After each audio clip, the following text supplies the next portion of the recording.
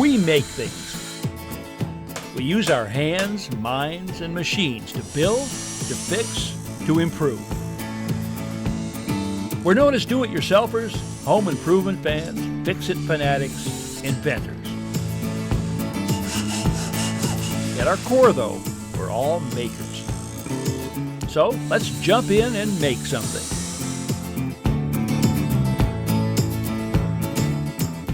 Hi, I'm Ron Hazelton. Welcome to the show. You know, the cost to heat and cool our homes is headed in only one direction, straight up. We're all familiar with the general recommendations when it comes to conserving energy and lowering utility bills. But the truth is, every house is different. That's why many utility companies have come up with energy audits, a low-cost, sometimes no-cost way to detect energy losses in your home. Today, I'll show you just how these are done. Wooden tables take a lot of wear and tear and can end up looking pretty sad. However, it's not that difficult to give them new life with a finish that's good-looking, water-resistant, and durable. Stay tuned, and I'll show you exactly what I mean.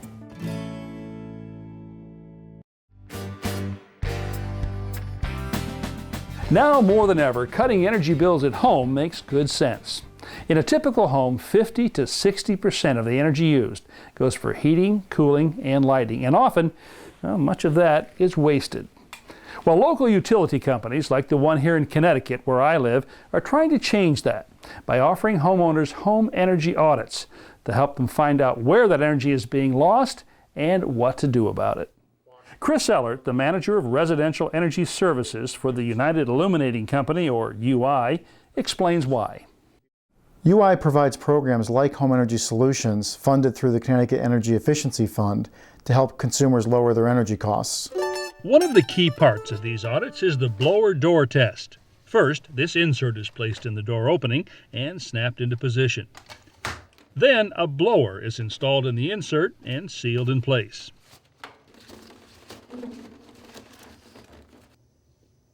Finally, a control box gets mounted on the frame. Next, the furnace is turned off, exterior doors are closed, fireplace dampers are put down, heating and cooling systems and exhaust fans are switched off, and windows are closed and latched. When the fan is started, it begins to pull air from inside the home, lowering the interior pressure and creating a vacuum. A smoke wand is then used to detect air leaks from light fixtures, fireplace dampers, windows, doors, electrical outlets on exterior walls, and gaps around heating and cooling ducts. Once the leaks are detected, they can be reduced or eliminated. Ductwork, for example, is reattached where it's loose and then sealed to the surrounding opening using foil tape.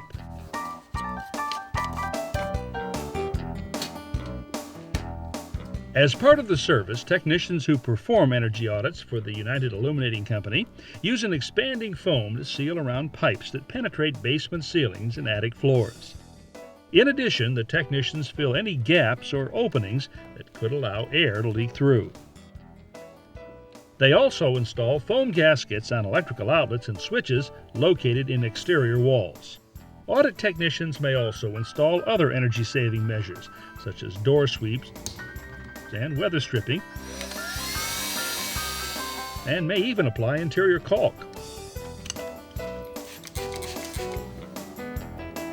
They will also advise homeowners on how and where to apply exterior caulk and how to adjust door thresholds for a tight seal.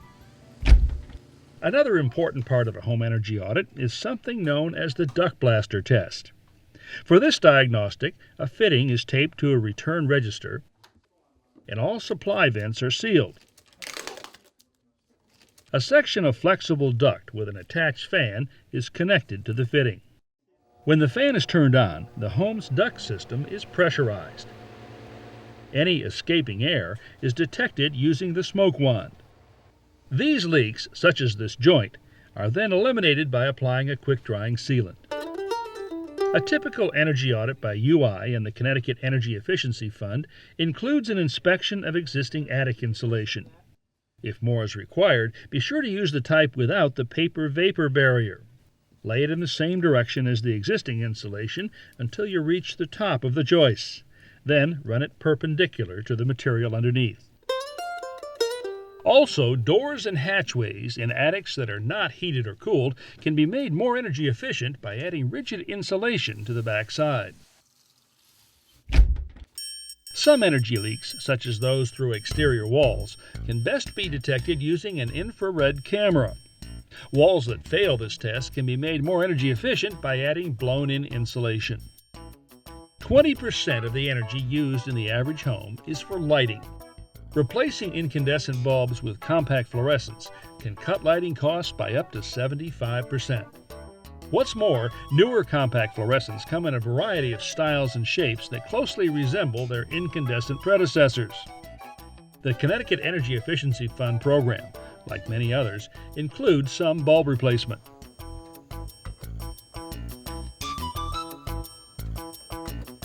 I decided to put the compact fluorescent lights to a test myself. Now here are 12 standard incandescent lights. As you can see, they're drawing 636 watts. Now I'll replace the incandescent bulbs with the same number of compact fluorescents. These compact fluorescents are putting out the same amount of light as the incandescent bulbs, but consuming only 1/4 as much power, 160 watts. When we look at washers and dryers, we're really focusing in on the washing machine. The traditional washer uses 50 gallons of water to wash one load of clothing. If you were to upgrade into an Energy Star model, you reduce your water usage by 50%. Through our program, we do offer consumers rebates to encourage them to replace their old inefficient models to Energy Star models. If they act within 45 days of our visit, we'll actually double those rebates. So you can receive up to $300 in appliance rebates through the program. Technicians will also install pipe insulation and point out other ways for homeowners to save energy by explaining, for example, how to clean refrigerator coils, replace central heating and air conditioning filters, and clean the filters on window units. The program also provides the homeowner with their own watt meter, so they can check for other energy hogs around the house. The cost of the Connecticut Utilities version of the home energy audit? Well, about $75. Not a bad investment when you also consider there's also federal tax credits available to consumers who upgrade heating systems, your central air conditioning, insulation, windows, doors, even getting into vinyl siding. There's federal tax credits for vinyl siding as well. And there are many states throughout the country that offer similar home assessment programs, and I would encourage folks to check with their local utility for such programs.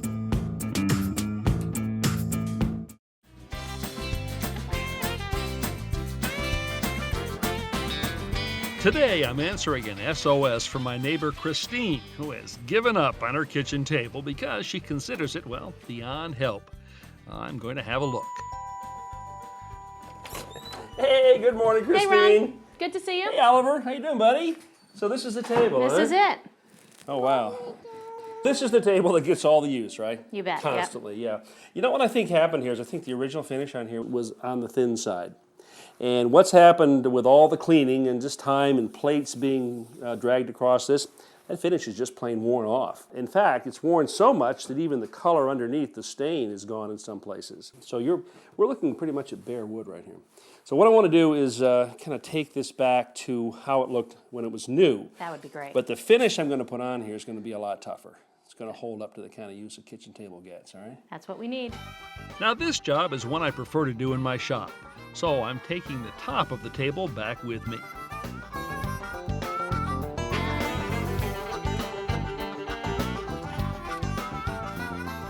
Now the first thing I'm going to want to do is remove what's left of this finish on here. And I'll be using a paint stripper. This is a thick paste brushable type. Okay, now I'm going to be applying this to the tabletop with a fairly wide natural bristle disposable brush. Now the whole idea when I'm working with stripper here is I don't want to overbrush it. I want just enough to spread this out because the chemicals in the stripper that do the work are gases. And if the more I brush this, the more they escape into the air, the less are left behind to do their job, which is to loosen the paint up. So just enough brushing to lay it on the surface like this. Now the whole idea with stripper is to let the chemical do the work. So I want to give this just a few minutes, and if you look at the surface here, you'll begin to see that the finish is actually bubbling up. It's lifting itself from the wood underneath, and that's what we want to be looking for. Now to lift that old finish off the surface, I'm going to use a wide putty knife. I'm going to make one modification to this tool first though, and that is I want to round off the corners here so that they wouldn't dig into the surface. By holding the putty knife at a shallow angle and applying moderate pressure as I move across the surface, I can remove nearly all the old finish in one pass. A small box makes a good receptacle and gives me an easy way to clean my putty knife. I'm applying the stripper to smaller sections at a time to prevent it from drying out and allowing the finish to become hard again.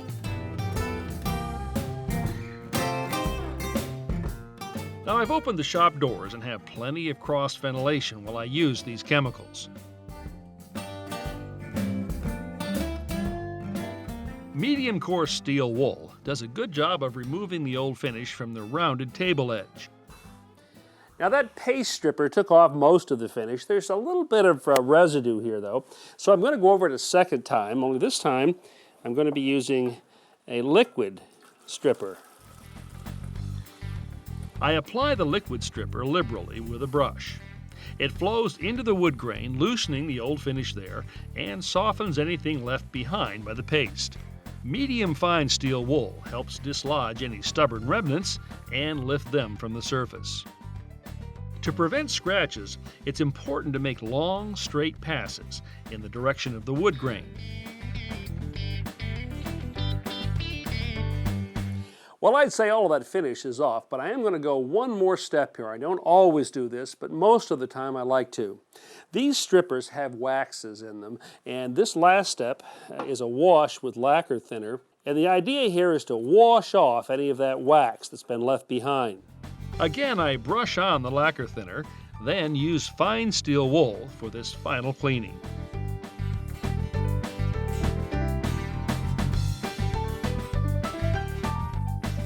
Now it's time for a little sanding, and I do mean little.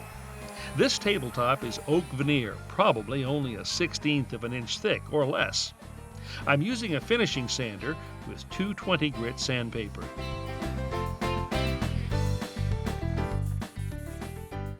Well, the table is stripped, sanded, and clean. Now it's time to put some color back or stain it.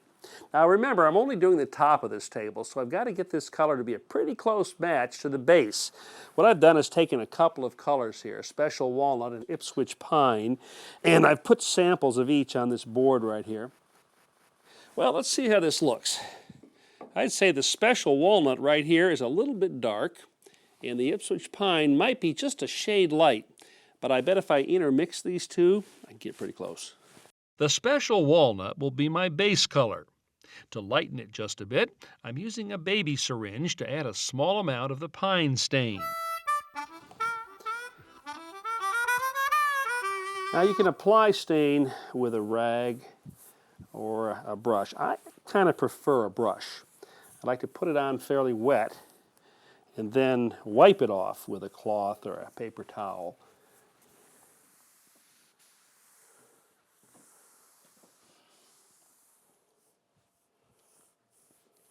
Here too, I work in the same direction as the grain, wiping in long, even, straight strokes. Well, the color's restored. I'm going to let this dry now for at least 24 hours, and then I'll come back and put a clear top coat on. You know, in just about any refinishing or painting job, Preparation is the most important part of the project, and I think we've done a pretty good job of preparing this here. It looks fantastic. Now, I'm about ready to start putting on the clear top coating. This is a polyurethane, and you notice that I'm stirring it here. You may wonder, well, why is he stirring it? It's a clear material. Well, this is actually a semi-gloss polyurethane, and the reason I'm stirring it is that the flattening agent can settle to the bottom of the can. So what I want to do is pick it up and redistribute it throughout the liquid here. I give the table a final dusting to remove anything that might have settled onto the surface. Now this is an oil-based material, so I'm going to be using a natural bristle brush.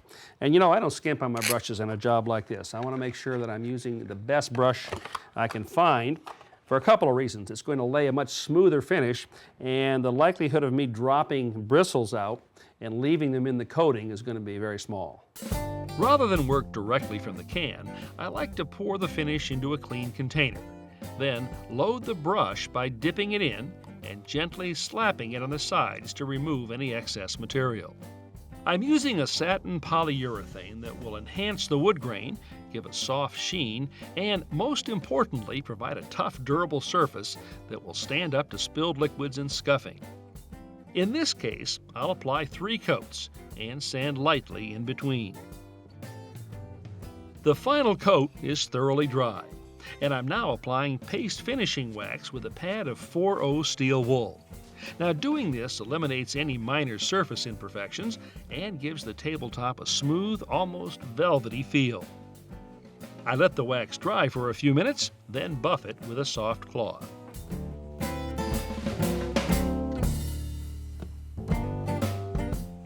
Well, it's time to put this piece of furniture back into service.